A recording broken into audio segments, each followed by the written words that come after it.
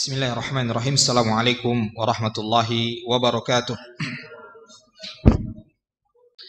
Innal hamdalillah nahmaduhu wa nasta'inuhu wa nastaghfiruh wa na'udzu billahi min shururi anfusina wa sayyiati a'malina. May yahdihillahu fala mudilla lahu wa may yudlil fala hadiya lahu. Fa asyhadu an la ilaha illallah wahdahu la syarika lahu wa asyhadu anna Muhammadan abduhu wa rasuluhu alladzi la nabiyya ba'dah. Amma ba'd. Allahumma alimna ma yanfa'una wanfa'na bima 'allamtana wa zidna ilma. Allahumma inna nas'aluka ilman nafi'a wa rizqan thayyiba wa amalan mutaqabbalah. Bapak Ibu kaum muslimin, kaum muslimat rahimani wa rahimakumullah. Alhamdulillah, kembali kita memuji Allah Subhanahu wa taala Rabbul Alamin, yang mana dengan nikmatnya kita kembali dipertemukan oleh Allah Subhanahu wa taala di salah satu rumahnya yang mulia ini, dalam rangka untuk memahami dan mempelajari syariat yang mulia, syariat yang telah dibawa oleh baginda Rasulullah sallallahu alaihi wasallam. Al-Imam Ahmad rahimahullahu taala beliau mengatakan, al-ilmu la ya'diluhu syai'un liman sahhat niyatuhu. Ilmu itu tidak bisa dibandingkan dengan apapun yang ada di permukaan bumi ini. Tidak ada bandingnya. Dengan syarat apa? Dengan syarat bagi orang yang ikhlas niatnya, sehat niatnya. Ya, maka murid-murid beliau bertanya kepada Imam Ahmad, wahai Imam, bagaimana seseorang dikatakan niatnya sehat, niatnya benar? Yaitu ayyanwi raf'al jahli an nafsihi wa an ghairihi. Yaitu tatkala dia menuntut ilmu, selain dia ikhlas karena Allah Subhanahu wa taala, dia berniat untuk mengangkat kebodohan dari dirinya dan dari orang lain. Maka ilmu ini, Bapak Ibu kaum muslimin, kaum muslimat, adalah satu hal yang sangat mulia, yang mana dalam mempelajarinya dan menghadiri majelis ilmu seperti ini kita harus memiliki niat yang ikhlas karena Allah Subhanahu wa taala. Karena sedikit saja niat kita melenceng, maka ancamannya adalah neraka Allah Subhanahu wa taala, wal iyyazu billah. Ya, maka Nabi sallallahu alaihi wasallam juga mengatakan dalam hadisnya, kata baginda sallallahu alaihi wasallam, man talabal ilma liyumari bihi sufaha au yubahi bihi ulama au yusrifa wujuhan nasi ilaihi adkhalahu Allahu narah. Barang siapa yang menuntut ilmu tujuannya adalah untuk mendebat orang-orang bodoh, atau untuk yang membanggakan diri mereka ya di hadapan para ulama, atau tujuannya agar manusia memandang kepadanya, maka Allah Subhanahu wa taala masukkan ia ke dalam api neraka. Dan ancaman-ancaman yang lainnya yang disebutkan oleh Nabi sallallahu alaihi wasallam terhadap orang yang tidak ikhlas niatnya dalam menuntut ilmu syariat yang mulia ini. Maka sekali lagi Bapak Ibu kaum muslimin, kaum muslimat, ikhlaskan niat kita karena Allah Subhanahu wa taala. Kita bertujuan untuk mengangkat kebodohan dari diri kita, untuk mengangkat ketidaktahuan dari diri kita, dan baru setelah itu kita dakwahkan agar orang-orang juga mengetahui tentang betapa lezatnya syariat Allah Subhanahu wa taala yang mulia ini. Bapak Ibu kaum muslimin, kaum muslimat rahimani wa rahimakumullah, kita masih bersama Al-Imam Al-Hafiz Abdul Ghani Al-Maqdisi rahimahullahu taala pada kitab beliau Umdatul Ahkam fi ahadithi al-ahkam, yaitu hadis-hadis yang berkaitan dengan hukum-hukum syariat. Dan kita masih berada pada Kitabut Taharah, dan kita sampai pada hadis yang kelima. Wa an Abi Hurairah radhiyallahu taala anhu anna Rasulullah sallallahu alaihi wasallam qala la yabulanna ahadukum fil ma'id daim alladhi la yajri thumma yaghtasilu minhu. Wali Muslim la yaghtasilu ahadukum fil ma'id daim wa huwa junub. Dari sahabat Abu Hurairah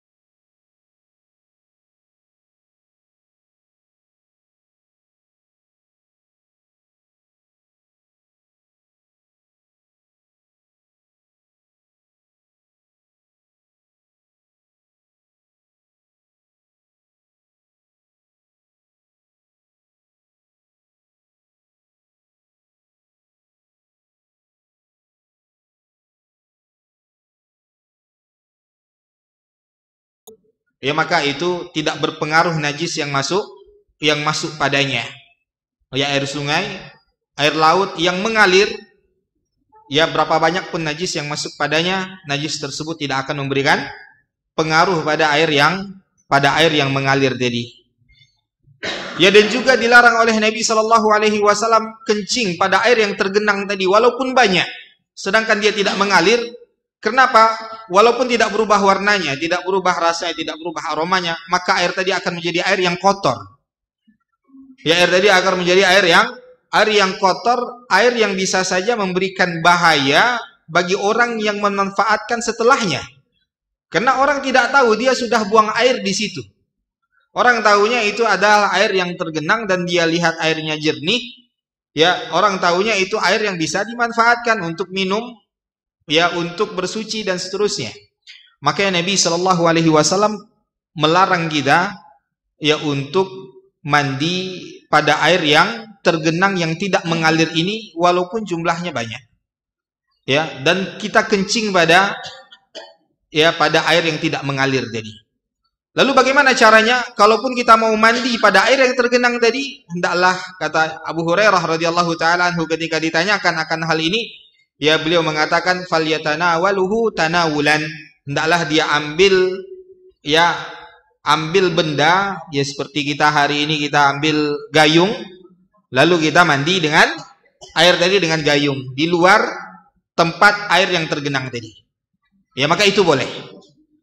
Maka itu boleh. Tapi kalau langsung menyebur ya pada air yang tidak tergenang tadi, lalu kencing di dalamnya, ditambah lagi dia kencing di dalamnya, maka ini dilarang oleh Nabi Sallallahu Alaihi Wasallam.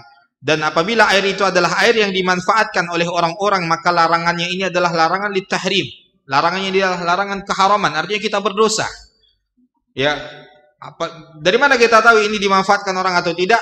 Misalkan air itu, tempat yang tidak mengalir air tadi adalah berada di tempat banyaknya orang di situ. Ya ada perkampungan di situ dan biasanya orang-orang memanfaatkan air itu untuk minum mereka, untuk cuci baju mereka, untuk mandi mereka. Ya maka tidak boleh kita nyebur ke dalamnya, apalagi ditambah kita kencing di dalam air tersebut. Ya maka ini diantara faedah daripada hadis Nabi Sallallahu Alaihi Wasallam yang mulia ini. Juga diantara faedah dari hadis Nabi Sallallahu Alaihi Wasallam yang mulia ini, Bapak Ibu kaum muslimin, kaum muslimat yang dirahmati oleh Allah Subhanahu Wa Taala, ya, i'lam anna an-nahya 'anil igtisal la yakhussul ghuslu. Ya ketika hadis ini melarang kita untuk mandi, ya nyebur di dalamnya, ini tidak mengkhususkan hanya untuk mandi saja. Bal at-tawaddu'u fi ma'nahu, bahkan wudu juga masuk dalam makna ini. Artinya kita masuk di dalam air yang tidak mengalir tadi, masuk kita tidak mandi tapi hanya berwudu, itu juga tidak boleh. Tapi caranya bagaimana? Ambil gayung, ya ambil baskom dan segala macam, ambil air yang ada di tempat yang tidak mengalir tadi, lalu bawa keluar, ya dan berwudu dengan air tersebut. Ya waqad warada musarrahan bihi fi ba'di riwayat, dan ini juga terdapat pada sebagian riwayat itu larangan untuk berwudu di tempat tersebut. La yabullanna ahadukum fil ma'id da'im tsumma yatawaddau minhu. Janganlah kalian kencing pada air yang tidak mengalir lalu dia berwudu dengan air tersebut. Ya lalu dia berwudu dengan air tersebut. Maka ini menunjukkan kepada kita bahwasanya hukum air tadi sudah menjadi najis apabila dia air yang sedikit.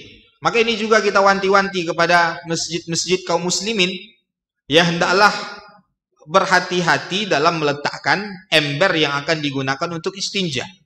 Ya sebagian masjid, ya posisi embernya lebih rendah daripada posisi orang yang buang air tadi, sehingga ini sangat memungkinkan percikan air kencingnya tadi masuk ke dalam ember, yang mana biasanya ember tersebut adalah ember yang berukuran kecil dan volume airnya sudah otomatis sedikit. Ya, dan ini sangat membahayakan orang-orang yang datang setelahnya. Apalagi misalkan orang tadi tidak mengganti air tadi, ya, dan menggunakan air tadi, dia sudah membahayakan dirinya dan juga membahayakan orang yang datang setelahnya, karena bisa jadi dan tidak tertutup kemungkinan hal yang seperti ini, apalagi jarak ya posisi tempat buang airnya lebih tinggi daripada posisi embernya. Ya, daripada posisi embernya. Apalagi sebagian kaum muslimin tidak peduli dengan tata cara mereka buang air. Ada yang berdiri, ya, ada yang duduk tapi dia tidak peduli kemana pergi air kencingnya. Ya, waliyazubillah. Ya, maka kepada para pengurus masjid hendaklah mereka meletakkan posisi air tadi ya pada posisi yang aman, yang kiranya posisi itu ya lebih tinggi daripada tempat keluarnya najis orang-orang yang sedang buang air kecil maupun buang air besar ya pada toilet-toilet tersebut. Ini harus hal-hal yang harus betul-betul kita perhatikan Bapak Ibu kaum muslimin kaum muslim. Ya, walaupun sebagian para ulama seperti Imam Malik dan juga dirajihkan oleh Syekhul Islam Ibnu Taimiyah dan juga Syekh Muhammad Abdul Aziz bin Baz rahimahullahu taala, beliau mengatakan ketika air itu sedikit lalu masuk najis padanya, maka dia akan berubah menjadi najis apabila salah satu dari 3 sifat tadi berubah warnanya, aromanya dan rasanya. Kalau berubah, maka air tadi najis. Namun mayoritas para ulama mengatakan walaupun tidak berubah, ketika air tadi sedikit volumenya, masuk najis ya ke dalam air yang volumenya sedikit tadi, maka air tadi sudah otomatis menjadi najis berdasarkan hadis Nabi Shallallahu Alaihi Wasallam yang mulia ini. Maka ini hal yang harus kita perhatikan Bapak Ibu kaum muslimin, kaum muslimat, karena ini berkaitan dengan taharah kita, berkaitan dengan bersuci kita. Ketika air tadi najis, maka sudah otomatis tidak bisa digunakan untuk bersuci, tidak bisa digunakan untuk istinja. Ya, sehingga istinja kita belum sempurna. Ya, ketika hadis ini melarang untuk kencing pada air yang tergenang tadi, maka buang air besar lebih dilarang lagi. Ya, buang air besar pada air yang tergenang tadi itu lebih dilarang lagi. Ya, ini mimbab mafhum muwafaqah. Ya, artinya kalau kencing saja dilarang, apalagi buang air besar, walaupun tidak disebutkan oleh Nabi Sallallahu Alaihi Wasallam. Berikutnya beliau mengatakan warada fi ba'di riwayat, terdapat pada sebagian riwayat summa yaghtasilu minhu, ya, dia kencing di tempat yang tidak tergenang tadi, di air yang di tempat yang tidak tergenang tadi, lalu dia mandi dari air tersebut walaupun dia tidak nyebur di dalamnya. Itu juga tidak boleh karena dia sudah kencing di air tadi. Di air tadi. Wa fi ba'dihha, dan pada sebagian riwayat summa yaghtasilu fihi. Bedanya minhu dan fihi. Fihi artinya dia mandi di dalamnya, nyebur dia di dalamnya. Kedua-duanya dilarang apabila didahului dengan kencing di dalam air tadi. Ya, kencing di dalam air tadi. Ya, dan juga yang faedah berikutnya kata beliau mimma yu'lam butlanuhu qat'an. Dan juga di antara hal yang membatalkan pendapat daripada sebagian madhab, ya seperti madhab ahlul zahir kata beliau, yang kaku, ya al-jamidah min annal hukma makhsusun bil bauli fil ma. Ya, sebagian para ulama, ya, Imam Abu Dawud Az-Zahiri rahimahullahu taala, beliau berpendapat ini terlarangnya hanya kalau ya dia kencing langsung di air tadi. Ya, langsung kencing di air. Tapi kalau dia tampung dulu air tadi, lalu dimasukkannya ke dalam, ya dia tampung air kencingnya, lalu dia masukkan ke dalam air yang tidak mengalir tadi, ya maka itu tidak mengapa kata beliau. Karena larangannya hanya langsung kan kencing. Atau ketika dia kencing di luar, ya tidak langsung di air tadi, tapi air kencing tadi mengalir, ya mengalir ke tempat yang tempat yang ada air yang tidak mengalir tadi. Air kencingnya mengalir ke situ. Itu tidak mengapa kata beliau. Karena larangannya hanya kencing langsung ke air. Tapi ini kata Imam Ibnu Daqiq Al-Id rahimahullahu taala, ini tidak masuk logikanya. Ya, tidak masuk logikanya dalam memahami hadis Nabi sallallahu alaihi wasallam yang mulia ini, wal ilmul qat'i hasilun bi butlani qaulihim. Ya, karena ya pengetahuan kita menyebutkan ini hal yang keliru. Ya, ini hal yang keliru listiwa'il amrayni fil husuli fil ma. Karena itu sama saja. Ya, bagaimanapun yang terlarang itu adalah kencingnya tadi masuk ke dalam air, baik secara langsung maupun Tidak langsung. Karena itu ya akan menyebabkan airnya najis apabila airnya sedikit dan menyebabkan air tadi menjijikkan. Ya, siapa yang tidak jijik, Bapak? Ya, ketika ada orang lain ingin memanfaatkan air tadi, walaupun air tadi banyak, tapi dia tergenang dan tidak mengalir. Tadinya awalnya niatnya untuk ambil air tadi untuk, misalkan untuk mencuci baju atau untuk minum pada sebagian orang yang, atau pada sebagian daerah yang kesulitan air. Ya, Bapak Ibu kaum muslimin kaum muslimat, mereka akan gunakan air itu untuk minuman mereka. Tiba-tiba dia lihat orang kencing di tempat itu walaupun volumenya banyak, maka itu akan menjadi satu hal yang sangat menjijikkan. Ya, maka sama saja dia kencing langsung atau dia tampung air di tempat lain lalu dia masukkan ke dalam kolam jadi ya yang tidak mengalir air padanya, itu sama saja. Itu sama saja tetap dilarang perbuatan yang seperti itu, kata beliau rahimahullahu taala. Kemudian kita lihat apa yang dikatakan oleh Syekh Muhammad bin Shalih Al-Utsaimin rahimahullahu taala terhadap faedah hadis yang mulia ini. Ya, kata beliau, fawaidul hadis, di antara faedah daripada hadis yang mulia ini, an-nahyu 'anil bauli fil ma'id daim alladzi la yajri. Pada hadis yang mulia ini terdapat larangan dari Nabi sallallahu alaihi wasallam untuk kencing pada air yang tidak mengalir, ya air yang berada pada suatu tempat yang tidak mengalir. Wan nahyu lit tahrim in kana an-nasu yasta'miluna dzalikal ma'.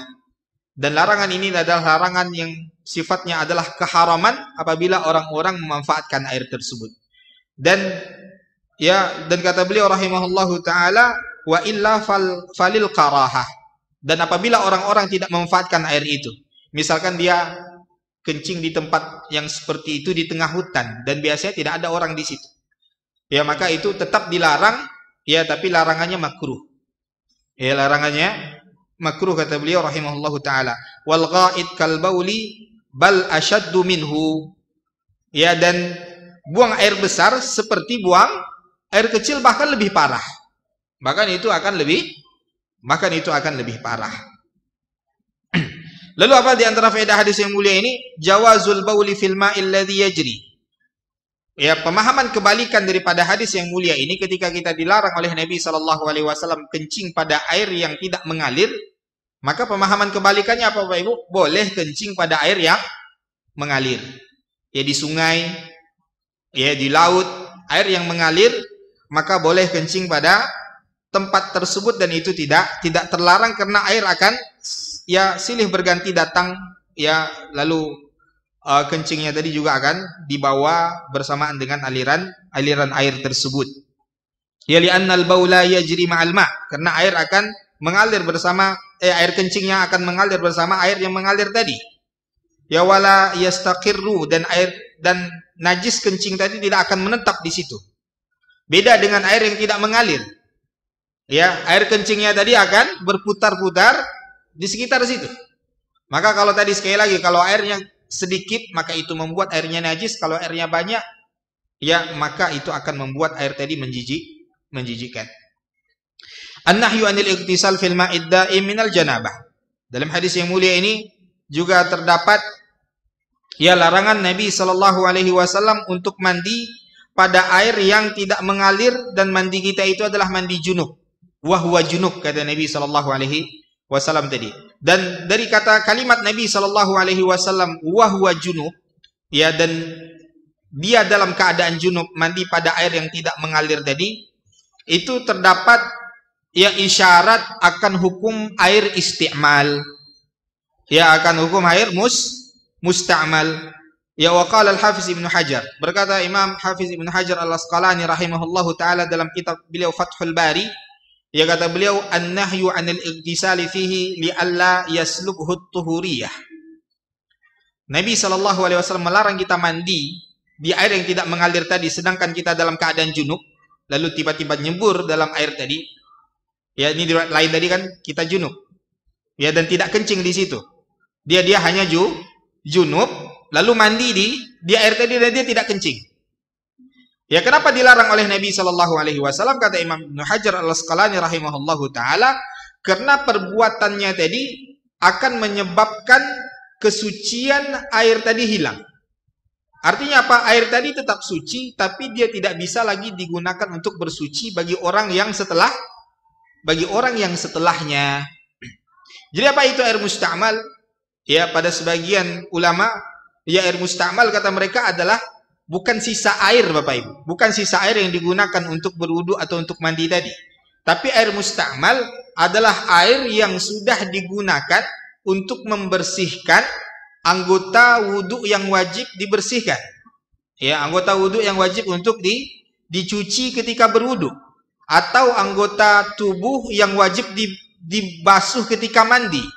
Lalu air tadi kita tampung kembali, maka air itu dinamakan dengan air musta'mal. Ya, ketika dia berwudu, dia membasuh wajahnya. Ya, pada basuhan yang pertama, lalu air tadi kembali dia tampung. Ya, air tadi kembali dia tampung, lalu digunakannya lagi untuk membasuh tangannya. Digunakannya lagi untuk membasuh tangannya, maka ini namanya air musta'mal. Ya, musta'mal itu air yang sudah digunakan untuk bersuci, lalu digunakan lagi untuk bersuci berikutnya. Ya, tapi kalau kita gunakan air tadi bukan untuk bersuci, untuk mandi biasa itu bukan bersuci. Ya, mandi biasa tadi bukan bersuci. Ya, maka air tadi tidak disebut dengan air musta'mal. Ya, air tadi tidak disebut dengan air musta'mal. Nah, air ini kalau seandainya terpercikkan oleh kita ke dalam baskom kita yang sedikit, apakah merubah kesucian air yang ada di baskom kita? Maka air yang musta'mal tadi hukumnya apa? Dia suci tapi tidak mensucikan. Dia suci tapi tidak mensucikan. Hukumnya sama seperti air teh. Sama seperti air teh, air kelapa, air kopi. Suci itu kan, Pak? Suci. Suci itu maksudnya apa, Pak? Artinya kalau kena tubuh kita, kena pakaian kita, tidak perlu kita cuci karena dia suci. Ya, kotor memang tapi suci. Tidak perlu kita bersihkan. Tapi apa? Dia tidak bisa digunakan untuk mengangkat hadas, tidak bisa digunakan untuk bersuci. Jadi kalau kita misalkan safar, malas cari air, di tangan kita ada air teh botol, lalu kita ingin berwudu dengan teh botol tadi, wudu kita tidak sah. Walaupun air tadi suci, tapi dia tidak bisa digunakan untuk bersuci. Sama hukumnya seperti air musta'mal tadi. Maka dilihat ya berapa volume yang masuk ke dalam air yang ya terpercikkan tadi, apakah berubah warnanya, rasa dan aromanya. Airnya kan sama-sama air, gimana berubah warna, rasa dan aromanya? Tidak bisa kita lihat. Ya, maka kita perkirakan saja kalau tidak banyak yang masuk, ya hanya percikan sedikit saja ketika kita mandi junub tadi, terpercikkan ke baskom kita, ya ke ember kita, ya, dan itu jumlahnya sedikit, dan insya Allah itu tidak berpengaruh. Insya Allah itu tidak memberikan pengaruh terhadap kesucian air yang tersisa tadi. Karena yang masuk ke dalamnya hanya sedikit. Kecuali tadi, ya Bapak mandinya ya di dalam ember tadi. Ya, masuk dalam ember tadi, lalu mandi di dalam ember tadi, lalu keluar dari ember. Maka itu jelas air musta'mal. Ya, jelas itu air musta'mal, sama persis seperti larangan Nabi SAW ini, mandi dia di tempat air yang tidak mengalir, dan dia dalam keadaan junub lalu keluar, dan sisa air tadi tidak dia buang, maka air tadi air musta'mal tidak bisa digunakan bersuci bagi orang setelahnya. Ya, ini diantara faedah hadis yang mulia ini. Kemudian berkata Syekh Muhammad bin Shalih Al-Utsaimin rahimahullahu taala, kamalu syari'atil islamiyah li'inayatiha bit-taharati wal bu'di an asbabid darar. Ini juga menunjukkan kepada kita tentang kesempurnaan syariat Islam yang mulia. Karena syariat ini sangat memperhatikan keadaan kita, Bapak Ibu. Baik untuk bersuci kita, maupun untuk menjauhkan kita dari segala sebab yang akan mendatangkan bahaya bagi kita. Orang yang mandi di air yang tidak tergenang tadi, ya, dalam keadaan junub, atau dia kencing dalam air tadi, maka air tadi akan berbahaya bagi orang yang akan menggunakan setelahnya. Bisa jadi orang yang akan menggunakan setelahnya terkena penyakit kulit, gatal-gatal, ya, dan segala macamnya. Kenapa? Karena tidak mempedulikan akan hal ini. Padahal syariat sudah mempedulikan akan hal ini dan telah mewanti-wanti kita, jangan kita mandi pada air yang tergenang, air yang tidak mengalir, ya dalam keadaan junub kita mandi dalam air tersebut lalu pipis di air tersebut, maka itu akan ya memberikan bahaya bagi orang-orang yang akan menggunakan air tersebut setelahnya. Ini diantara faedah hadis yang kelima ini. Berikutnya Bapak Ibu kaum muslimin, kaum muslimat rahimani wa rahimakumullah. Ya, hadis yang keenam, an Abi Hurairah radhiyallahu taala anhu, anna Rasulullah sallallahu alaihi wasallam qala, "Idza syaribal kalbu fi ina'i ahadikum falyaghsilhu sab'an." Wa li Muslim ulahunna bit-turab. Wa lahu fi hadis Abdullah bin Mughaffal, anna Rasulullah sallallahu alaihi wasallam qala, "Idza walagal kalbu fil ina'i faghsiluhu sab'an wa affiruhu thaminata bit-turab." Dari sahabat Abu Hurairah radhiyallahu taala anhu, Nabi sallallahu alaihi wasallam bersabda, apabila anjing meminum air di salah satu bejana milik kalian, falyaghsilhu sab'an, hendaklah dia cuci bejana tadi sebanyak 7 kali. Ya, dalam riwayat Muslim, ulahunna bit-turab, yang pertamanya dia campurkan dengan tanah. Ya, walahu fi hadis Abdullah bin Mughaffal, dan juga diriwayatkan oleh Imam Muslim dari sahabat Abdullah bin Mughaffal bahwasanya Nabi sallallahu alaihi wasallam bersabda, apabila anjing menjilat bejana kalian, faghsiluhu sab'an, hendaklah dia mencucinya sebanyak 7 kali. Wa affiruhu tsaminata bit-turab, ya, dan dia campurkan yang ke-8-nya dengan tanah. Ya, fa fihi masail. Ya, pada hadis yang mulia ini terdapat beberapa masalah yang dapat kita ambil pelajaran darinya. Al-ula, pelajaran pertama, al-amru bil ghusli zahirun fi tanjisil ina. Ketika Nabi sallallahu alaihi wasallam perintahkan kepada kita untuk mencuci bejana yang dijilat oleh anjing tadi, ini zahirnya sangat jelas menunjukkan kepada kita bahwasanya bejana kita tadi ya terkena najis. Kalau tidak terkena najis, maka Nabi tidak akan suruh cuci. Ya, wa aqwa min hadzal hadis fi dilalah ala dzalik, dan ini juga yang lebih kuat menunjukkan bahwasanya itu najis terdapat pada riwayat lain, yaitu persabda Nabi sallallahu alaihi wasallam, tuhuru ina'i hadikum idza walagha fihil kalbu ayaghsilahu sab'an. Sucinya ya bejana salah seorang di antara kalian apabila anjing telah menjilat air yang ada di dalamnya, yaitu dengan cara mencucinya sebanyak 7 kali. Sucinya, kata Nabi. Artinya apa? Berarti tadi telah terkena najis. Dan najis ini, Bapak Ibu kaum muslimin kaum muslimat, sebagaimana kita pahami, itu adalah najis yang berat. Ya, air liur anjing najisnya najis berat. Kenapa? Karena Nabi sallallahu alaihi wasallam menentukan jumlah cuciannya bahkan lebih dari 3 kali. Harus dicuci sebanyak 7 kali, dan salah satu cuciannya harus kita campurkan dengan tanah. Ya, salah satu cuciannya kita campurkan dengan tanah. Ya, maka ini menunjukkan tentang ya najis air liur anjing, dan najisnya ya adalah najis yang berat. Pelajaran yang kedua, kata beliau, al-mas'alatu tsaniyah, idza zahara anna al-amra bil ghusli lin najasah. Ketika kita telah pahami bahwa perintah ini tujuannya yang mencuci ini adalah karena najis yang melengket pada bejana tadi, faqad istadalla bidzalika ala najasati ainil kalbi. Dari hadis yang mulia ini para ulama menyimpulkan bahwasanya yang najis dari anjing itu bukan hanya air liurnya, tapi seluruh tubuhnya. Seluruh tubuhnya. Dari mana mereka mengambil kesimpulan dari hadis yang mulia ini? Ya, maka perhatikan kata beliau, walahum fi dzalika tariqan. Ada karena dua hal, kata beliau. Ya, para ulama beristimbat, menyimpulkan dari hadis yang mulia ini, walaupun hadis ini berbicara tentang air liur anjing, tapi mereka katakan apa? Yang najis bukan air liurnya saja, tapi seluruh tubuhnya.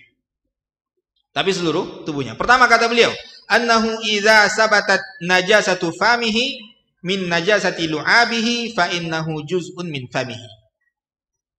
Ya, maka ketika hadis yang mulia ini menjelaskan kepada kita tentang najis mulutnya atau najis air liurnya. Karena kalau menjilat tadi kan kalau tidak mulutnya berarti air liur yang keluar dari mulutnya.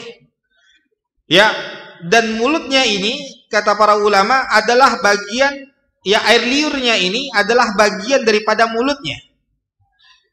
Sedangkan mulutnya wafamuhu asyrafu ma fihi. Sedangkan mulut pada makhluk ini adalah benda yang paling mulia yang ada di anggota tubuh makhluk. Maka ketika Allah mengatakan air liurnya najis dan air liurnya tadi keluar daripada mulutnya, dan mulutnya adalah bagian daripada anggota tubuhnya, fabaqiyatu badanihi aula. Maka sisa tubuhnya yang lain, bagian anggota tubuhnya yang lain itu lebih utama untuk kita katakan itu najis. Yaitu itu najis. Yang kedua kata beliau, idza kana lu'abuhu najisan, apabila air liurnya itu najis, wa huwa araqu famihi, dan air liur itu merupakan air yang keluar daripada lidahnya. Air liur itu kan keluar daripada lidah, dari mulut. Dari mulut keluar air liur. Dari dalam daging-daging mulut ini keluar air liur. Maka kata beliau, rahimahullahu taala, wal araqu juz'un mutahallabun minal badan, dan air liur itu sumbernya dari semua tubuhnya tentunya. Keluar dari semua tubuhnya.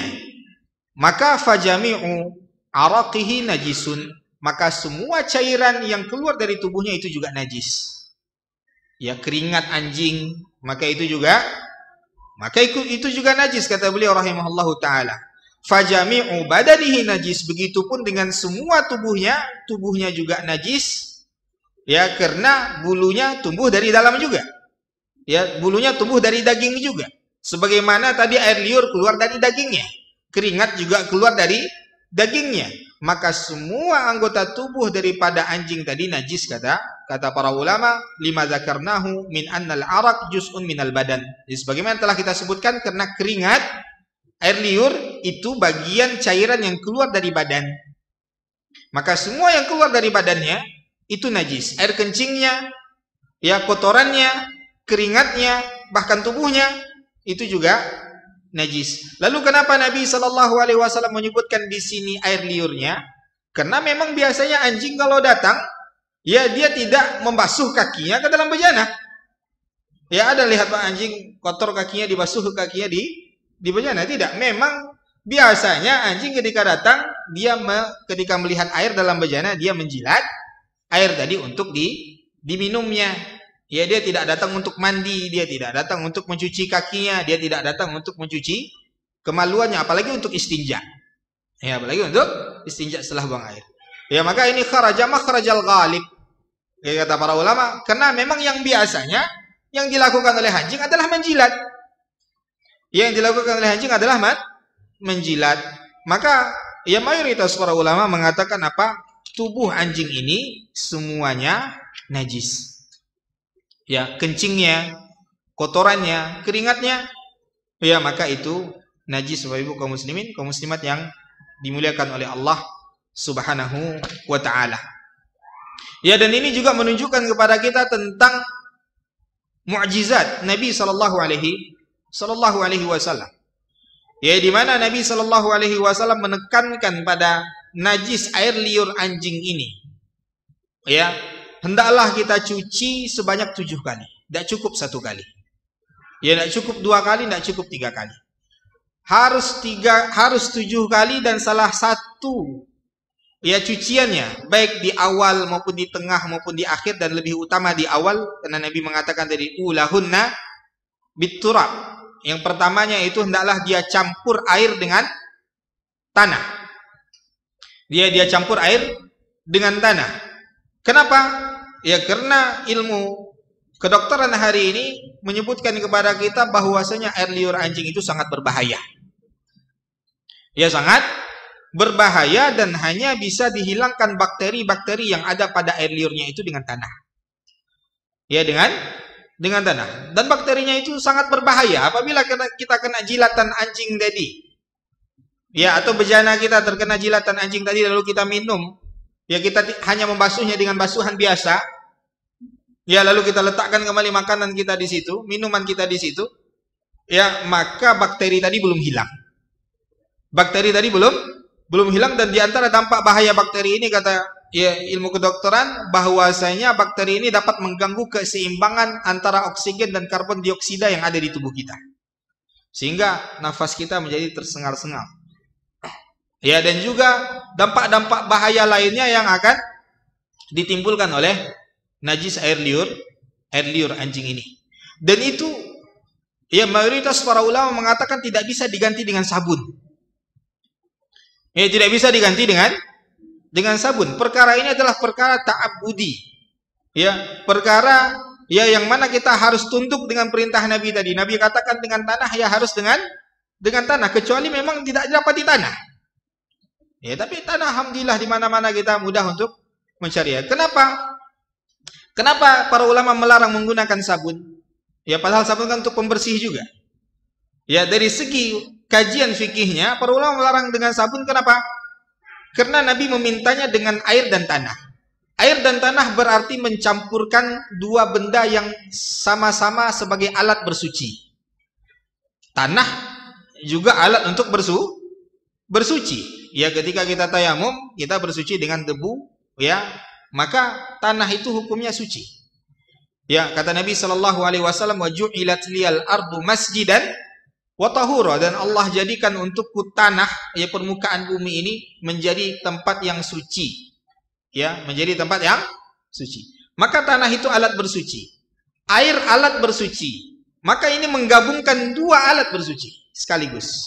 Dua alat pembersih, dua alat bersuci sekaligus. Tidak hanya sekedar bersuci, tapi tidak hanya sekedar pembersih, tapi ini dua alat yang digunakan untuk bersuci. Sedangkan sabun dia hanya pembersih dan tidak bisa digunakan untuk bersuci.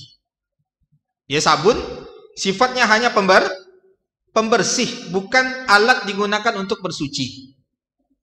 Ya, maka Bapak Ibu kaum muslimin kaum muslimat yang dimuliakan oleh Allah Subhanahu wa taala, ini yang juga harus kita perhatikan dalam masalah ini. Ya, apapun benda di rumah kita yang terkena jilatan anjing ini, ya maka hendaklah kita mencucinya ya sebanyak 7 kali, dan yang pertamanya dengan tanah. Ya, artinya dicampur air dari dengan tanah lalu dicucikan ya ke dalam bejana tadi. Azan, Pak. Baik, kita azan Isya terlebih dahulu Bapak Ibu kaum muslimin kaum muslimat. Ya, setelah azan berkumandang kita lanjutkan sedikit faedah yang diambil daripada hadis yang mulia ini. Wassallallahu ala nabiyina Muhammad wa ala alihi wa ashabihi wasallam. Wassalatu wassalamu ala Rasulillah wa ala alihi wa ashabihi wa man walah ma ba'd. Baik Bapak Ibu kaum muslimin kaum muslimat rahimani wa rahimakumullah, kita lanjutkan sedikit. Dan hadis ini juga memberikan kepada kita isyarat bahwasanya najis itu bertingkat-tingkat. Najis itu bertingkat-tingkat. Maka melalui istiqra, yaitu para ulama ketika mereka telah mengumpulkan semua hadis-hadis ya yang berkaitan dengan najis ini, maka mereka menyimpulkan bahwasanya najis itu ada 3 tingkatan. Ya, najis itu ada 3 tingkatan. Sekali lagi Bapak Ibu, ya kita harus dudukkan masalah ini. Hukum asal terhadap semua benda yang ada di permukaan bumi ini, hukum asalnya adalah suci. Maka tidak boleh kita mengatakan najis suatu benda tadi kecuali dengan dalil. Ya, yang disebutkan oleh Allah Subhanahu wa taala atau disebutkan oleh Rasulullah sallallahu alaihi wasallam atau dikiaskan dengan apa yang disebutkan oleh Allah Subhanahu wa taala dan Rasulnya. Ya, maka tidak boleh kita mengatakan benda tadi sembarangan kita katakan najis sedangkan kita tidak mendatangkan argumennya, dalilnya, ya apa yang menyebabkan ya benda tadi najis. Ya, maka para ulama ketika mereka telah mengumpulkan semua hadis-hadis Nabi sallallahu alaihi wasallam maupun ayat Al-Qur'an ya yang berkaitan dengan najis ini, mereka mengatakan najis ya berada pada 3 tingkatan. Ya, berada pada 3 tingkatan. Ya, tingkatan pertama yaitu tingkatan yang ringan. Itu dikenal dengan ya an-najasah al-mukhaffafah. Ya, najis yang ringan. Ya, benda itu najis tapi dia sifatnya ringan. Ringan maksudnya apa? Mencucinya cukup hanya dengan dipercikkan air pada benda yang terkena najis tadi tanpa harus mengalirkan airnya. Ya, tanpa harus air tadi mengalir. Ya, maka ini najisnya najis yang ringan dan itu hanya satu. Itu hanya satu, yaitu air kencing bayi laki-laki yang makanannya masih ASI. Ya, belum tercampur dengan makanan yang lain. Yang mana bayi tadi di bawah 2 tahun. Ya, sekali lagi bayi laki-laki di bawah 2 tahun yang makanannya masih murni ASI ibunya, belum tercampur pisang, ya, belum tercampur ya bubur tim dan segala macam. Ya, maka air kencing bayi laki-laki ini hanya air kencingnya, kotorannya tidak, hanya air kencingnya, maka air kencingnya dihukumi dengan najis ringan. Ya, kenapa? Karena Nabi SAW hanya memerintahkan untuk memercikkan air padanya. Maka itu artinya apa? Najisnya ringan. Dan ini hanya pada satu benda ini, yaitu air kencing bayi laki-laki di bawah 2 tahun yang masih mengkonsumsi ASI.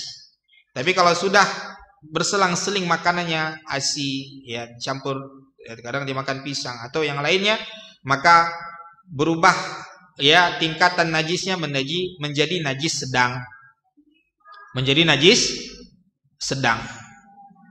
Tingkatan yang kedua yaitu najis berat. Najis berat, dan ini juga hanya satu, yaitu anjing tadi. Dan sebagian para ulama ya memasukkan satu lagi, yaitu babi.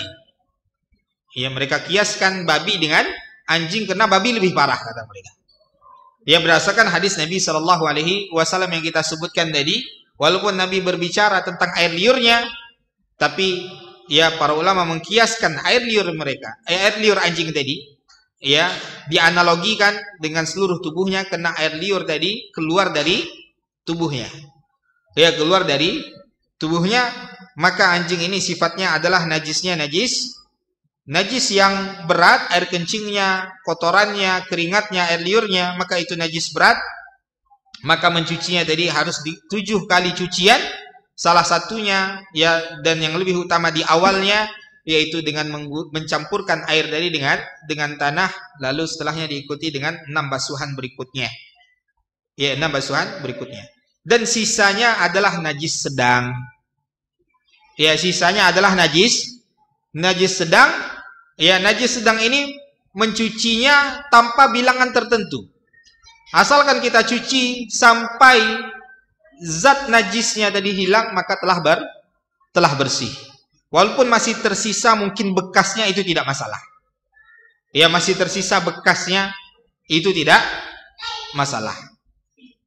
Ya, apa saja najis-najis yang sedang ini, yaitu an-najasat al-mutawassithah, ya najis-najis yang sedang. Ya, para ulama mengatakan diantaranya adalah khamar, ya minuman yang memabukkan.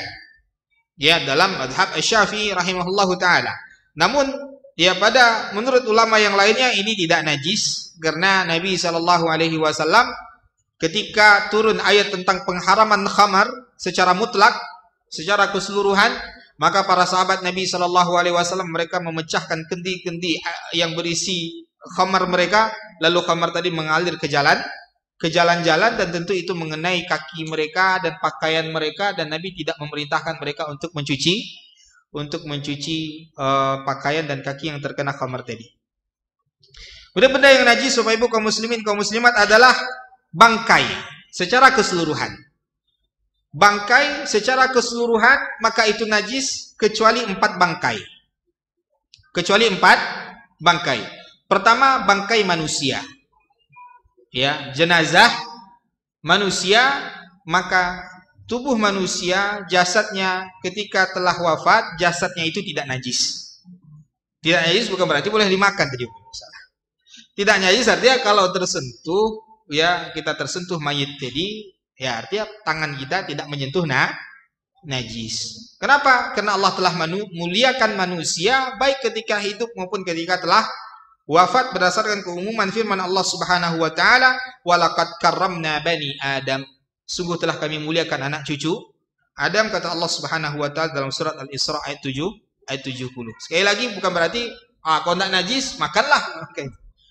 Nah, ini tidak najis ya, berkaitan dengan seandainya tersentuh, ya seandainya terkena pakaiannya, ya dan seterusnya, ya terkena tempat tidurnya. Ya karena tadi kan mayit tadi diletak biasa, kalau di kita diletakkan di atas kasur, maka kasur tadi tidak perlu dicuci setelahnya. Karena jasad manusia itu tidak najis baik ketika hidup maupun ketika telah wafat. Ya itu dikecualikan. Yang kedua yaitu bangkai ikan, dan ketiga bangkai belalang. Ya ini sama-sama telah kita ketahui ya, sebagaimana yang disebutkan oleh Nabi sallallahu alaihi wasallam, uhillat lakum maitatani wad daman. Ya, dihalalkan bagi kalian dua bangkai dan dua darah. Adapun dua bangkai al-hut wal jarad, yaitu bangkai ikan dan bangkai belalang. Ya, dan bangkai belalang. Ya, maka ini hukumnya suci. Ya, yang keempat, bangkai yang tidak najis adalah as-sayd idza qatalahul kalb. Ya, bangkai yang keempat adalah bangkai hewan buruan. Ya, bangkai hewan buruan yang dimakan oleh anjing buruan tadi. Lalu mati hewan tadi, maka bangkai itu ya tidak dianggap bangkai, dan itu suci. Maka empat hal ini dikecualikan. Adapun kalau matinya ya, adapun hewan yang lainnya mati tanpa disembelih, ya hewan yang boleh dimakan. Ya, hewan itu kan terbagi dua. Hewan terbagi dua kata para ulama, itu hewan yang dagingnya boleh dimakan dan hewan yang dagingnya tidak boleh dimakan. Hewan yang dagingnya boleh dimakan ketika dia disembelih dengan cara yang syar'i, maka bangkainya tidak najis. Ya, itu tidak disebut dengan bangkai. Ya, tidak dianggap bangkai.